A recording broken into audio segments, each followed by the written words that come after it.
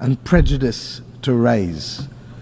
But deeper than all of these crises is a bigger, more insidious crisis that is undermining our domestic and global institutions that have promoted order, peace, and prosperity. It is, my friends, the crisis of truth. Excellencies, when we lose shared truth, our communities, our countries, our global society loses their center of gravity. At first, the damage may seem quiet. Words bend and facts drift in the service of political point scoring. But slowly, over time, we descend into political tribalism. We develop alternative realities and we are unable to understand each other and communicate with each other because we lack a center. Then we grow suspicious of each other. In the absence of truth, trust deteriorates. And we see it all around us, in global forums, and indeed on the blocks and in the communities in our own countries. Trust between neighbors, trust between the governed and the governing, trust in our instructions, trust in our social order, trust in our health systems, trust in our global rules, governance structures.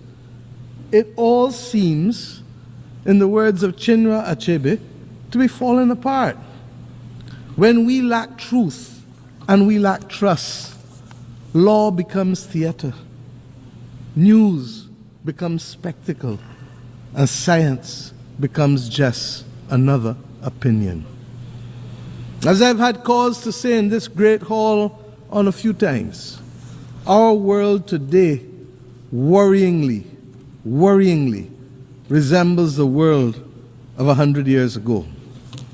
And this has become even more evident with the closing of our borders to both goods and to people. This has magnified the geopolitical tensions which had already taken root. Disturbingly, war regrettably has only entered the daily lexicon of the West, not when thousands were dying on the continent of Africa or in Myanmar, but when war came to Europe. Nevertheless, we still call for peace in the Ukraine.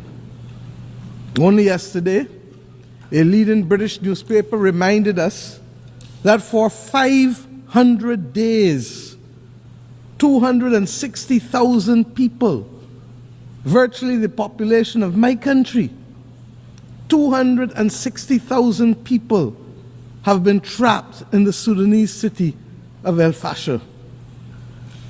The article reported that while political progress stalls, those who attempt to escape are killed, and those who remain inside are starved. The world must not ignore the horror in Sudan. And of course, I don't need to remind you that it must not ignore the horror in Gaza. The genocidal destruction taking place in both places must now have our full attention. And as it relates to Gaza, yes, there must be a release of the hostages taken on October 7th. But we have now gone to a point where all of our human sensibilities are offended by the continuous and disproportionate attacks on the Palestinian people and the failure to allow access by the international community to the survivors for the provision of humanitarian aid. The survivors are entitled, my friends, to use the words of Bob Marley. How can you be sitting there telling me that you care, when every time I look around, the people suffer in the suffering in every way, in everywhere? My friends, it calls to mind the Roman historian Tacitus, who quoted a Scottish chieftain fighting against the military might of the Roman Empire. And I mention only the last two sentences. They plunder, they butcher, they ravish, they make it desert and call it peace. They make it desert and they call it peace.